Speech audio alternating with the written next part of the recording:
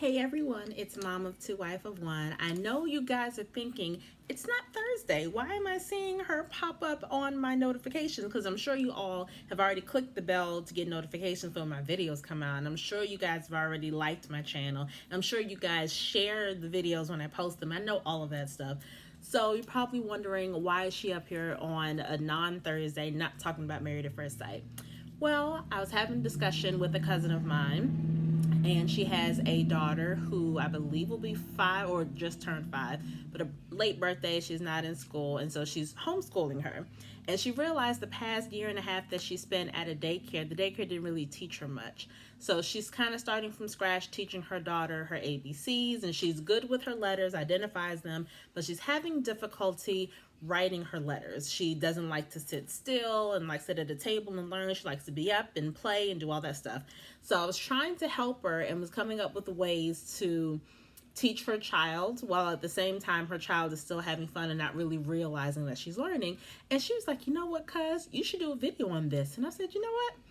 Never thought about it, but sure, I'll do it. So it's won't be a terribly long video. It's just one example of something that I told her. So again, her daughter is 5, just turned 5, I want to say late last year. And she knows her letters. She understands the sounds that letters make, but the issue comes with sitting down and writing the letters. It's not that she can't write it, but she doesn't like to really just sit still and do it. So I told her, why don't you make it a game for her?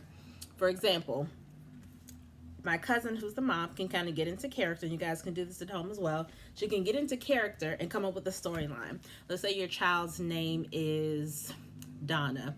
So you can say, Donna, I'm so glad that you came to the table today. I have a special request for you. It's a scavenger hunt. I have a list of items that I need help with. I don't know where they are in the house, and I really need your help trying to find them. So you give your child a little notebook, nothing this big obviously, but just a small little notebook. They sell them at the dollar store. You can get 4 in a pack for $1. Give them a little notebook, give them a good sturdy pencil, and say, okay, I need you to kind of follow me around the house. We need to find these items. And when you point to the item, or when you say the item, the child has to run to the house to find them, and then they have to write them down. And then at the end of this excursion, they have to read off all the items that they found in the house. So for example, if I am the mom, I would say, okay, Donna, I need to find some place in the house where I can go to sleep. Donna's going to run to the bedroom, of course, and say, bed. Because even if you're 5, you know enough that the bed is where you go to sleep. So they will say bed. And if she already has the knowledge, or he or she already has the knowledge of what these letters sound like, they can easily be like, okay, b, eh, d. And even though her child does not like to, you guys can see my scrawled version of writing bed, but even though her child doesn't like to necessarily sit down and write, that doesn't mean that she doesn't like to write. It doesn't mean that she can't write. But this gives her an excuse to literally run around the house finding these items. So I would suggest finding items that are 3 letters or less, and obviously words that have a short vowel sound and just, are easier for kids to sound out. So I would say use words like bed, mop. You can use can if you have cans in your pantry. I'm trying to think of other words that are a little easier to do. Cup, go to the kitchen and get a cup. And I would really brainstorm, just look at all the rooms in your house and look at the different items that are there to figure out what items, again, are 3 letters or less and will be easy for a child to get. And then once they write all those words, have them come back to the table and read the words to you. And without them realizing it, they've had their lesson in writing their letters and writing them to, not perfection, but at least having the practice of holding the pencil the right way and the practice of sounding out words for themselves.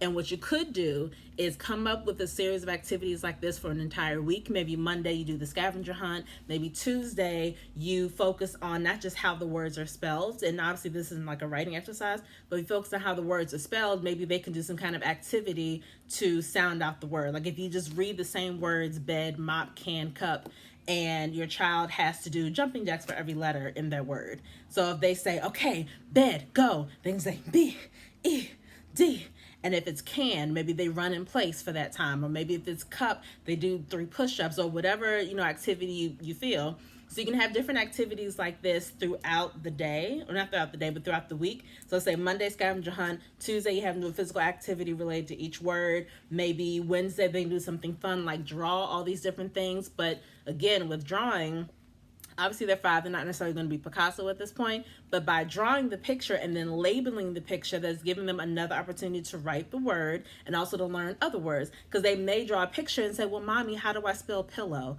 Or mommy, how do I spell, if it's a cup or a mug, how do I spell handle or whatever? So that's going to hopefully prompt them to get more interested in learning how to spell other words. And then once you do these different activities, let's say Monday, Tuesday, Wednesday, Thursday, Friday, you have a spelling test for your child. And obviously, if they get the answers right, maybe they get a sticker. Maybe you can find, like, again, dollar store cute little stickers that you can get to put by each word that they spell correctly. And that gives you an indication of the words they need to continue to work on. But that also gives your child that satisfaction of, oh my gosh, I did it right. And oh, look, I got stickers. And look, mommy, look, daddy, I did it right. So this is just one example of something you can teach your preschooler or your incoming kindergarten, especially for those of us who are still doing virtual learning. It's just something extra that you can do to help your children if you have the time, obviously. So hopefully this tip helped. Whenever I come up with ideas or with other tips for learning, whether it's for that age group, or I have a daughter who's in 1st grade and I have a son who's in middle school, if I can come up with other ideas, I will definitely share them with you guys in little short videos like this. But I hope you guys enjoyed it, and I'll still see you guys on Thursday for Married at First Sight. But again, feel free to like my channel, feel free to subscribe, click the notification bell. I don't post videos terribly often. I try to do it at least once or twice a week. If you guys want to see other things from me, please let me know, and I will see you guys later.